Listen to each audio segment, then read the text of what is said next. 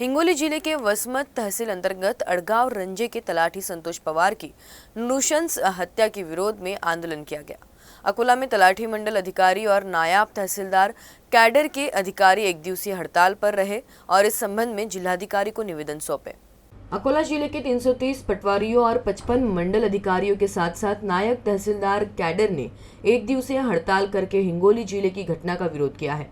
हिंगोली जिले के वसमत तहसील अंतर्गत अड़गांव रंजे की तलाठी संतोष पवार की सरकारी कार्यालय में घुसकर बेरहमी से हत्या कर दी गई थी।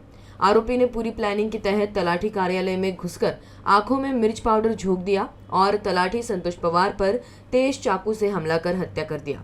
इस घटना पर पूरे राज्य में निषेध जताया जा रहा है। तलाठी अकोला जिले के मंडल अधिकारी और नायब तहसीलदार संवर्ग के अधिकारियों ने घटना में दोषी आरोपियों को सख्त सजा देने और तलाठी पर हमले रोकने की मांग को लेकर एक दिवसीय काम बंद आंदोलन किए।